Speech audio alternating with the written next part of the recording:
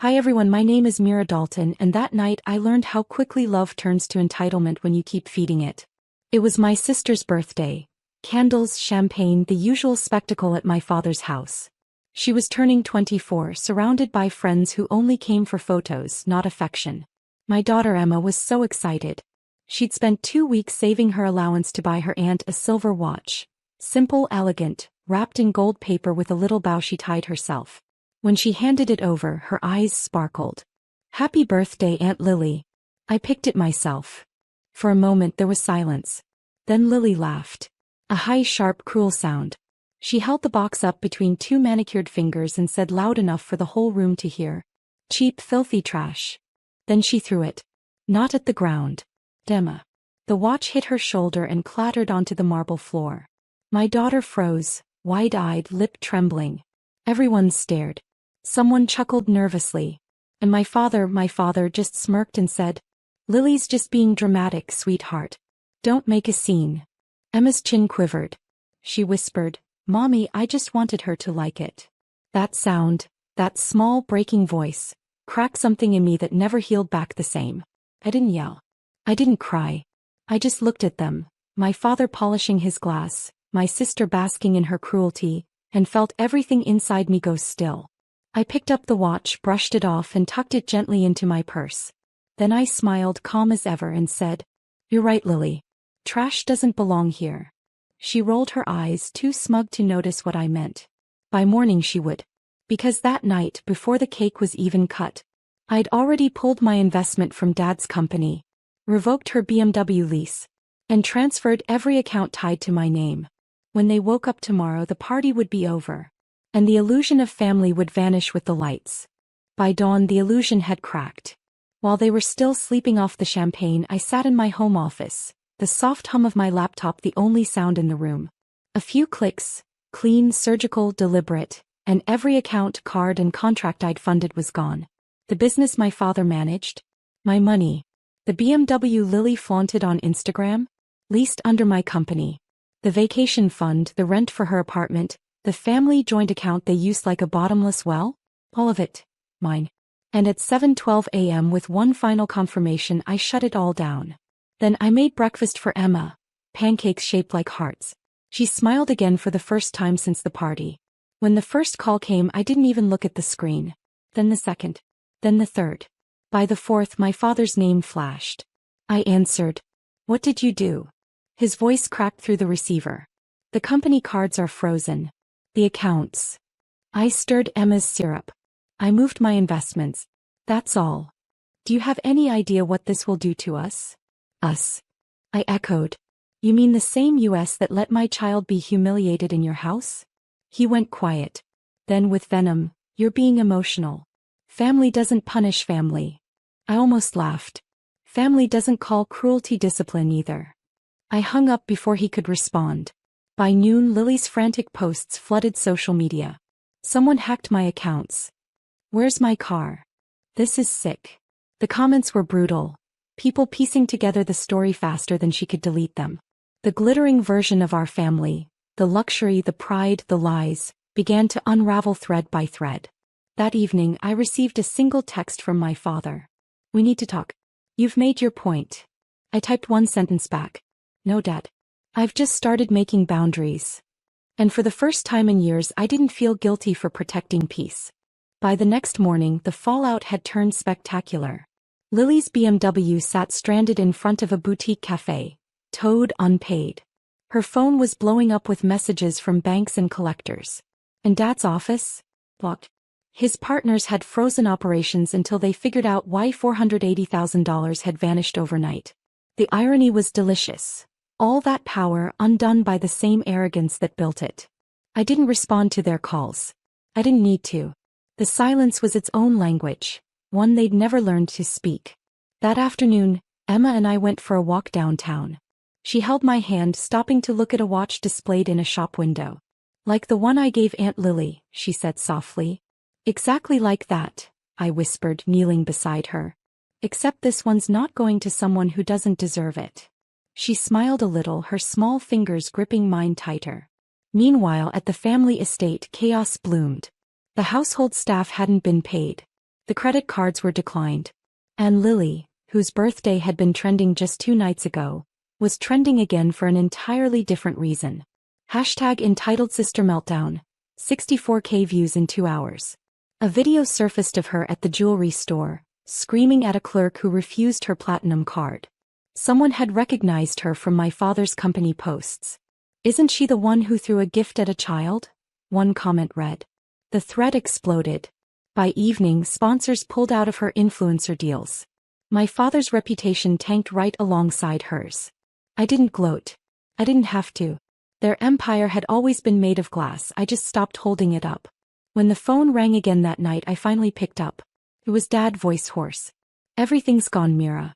We can't fix this without your help." I looked at Emma sleeping beside me, peace written across her little face. My answer was simple, steady, final. "Maybe now, Dad, you'll understand what real loss feels like." The next morning, a black sedan pulled up outside my home. Through the window I saw him, Dad, standing on the porch in the same pressed shirt he wore to every board meeting, except this time it was wrinkled. For the first time in my life he looked small. I opened the door but didn't invite him in. He glanced past me, searching for signs of sympathy.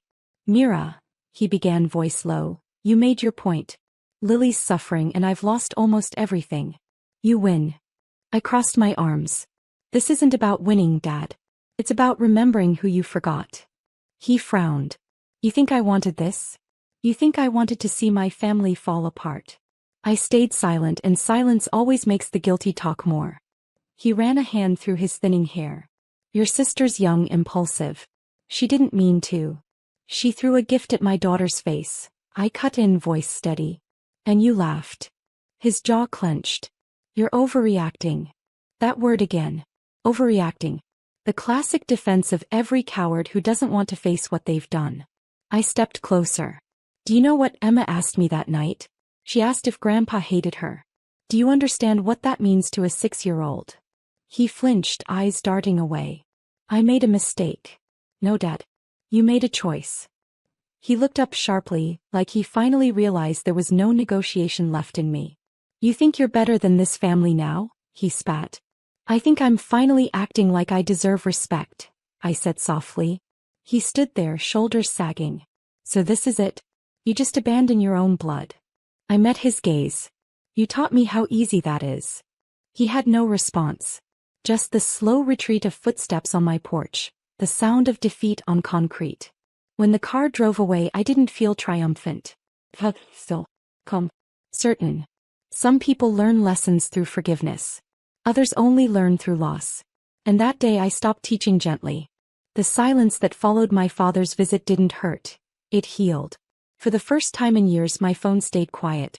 No guilt-laced calls. No manipulative messages disguised as apologies. Just peace. A week later, I met with my financial advisor. "Are you sure you want to reallocate this much, Mira?" he asked, scanning the screen. I nodded. Every cent that used to feed entitlement, I wanted to build independence.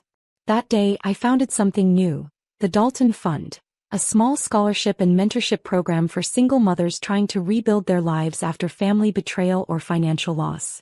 The irony wasn't lost on me. While my father and sister blamed me for ruining the family, I was quietly helping other families stand again. Emma helped me choose the logo, a tiny watch surrounded by an open hand. When I asked her why that design, she said, "Because people should hold time, not throw it." Out of the mouths of children, the truest wisdom. Within a month, we funded our first applicant, a woman named Carla, who'd been kicked out by her parents after leaving an abusive marriage. When I handed her the grant letter, she cried in my arms. "This gives me hope," she whispered. It hit me then, revenge had evolved. What started as reclaiming control had become something far more powerful. Legacy. That evening, Lily called again, her voice brittle. "Are you happy now? We've lost everything. Dad can't even sell the company. No one trusts us anymore." I exhaled slowly.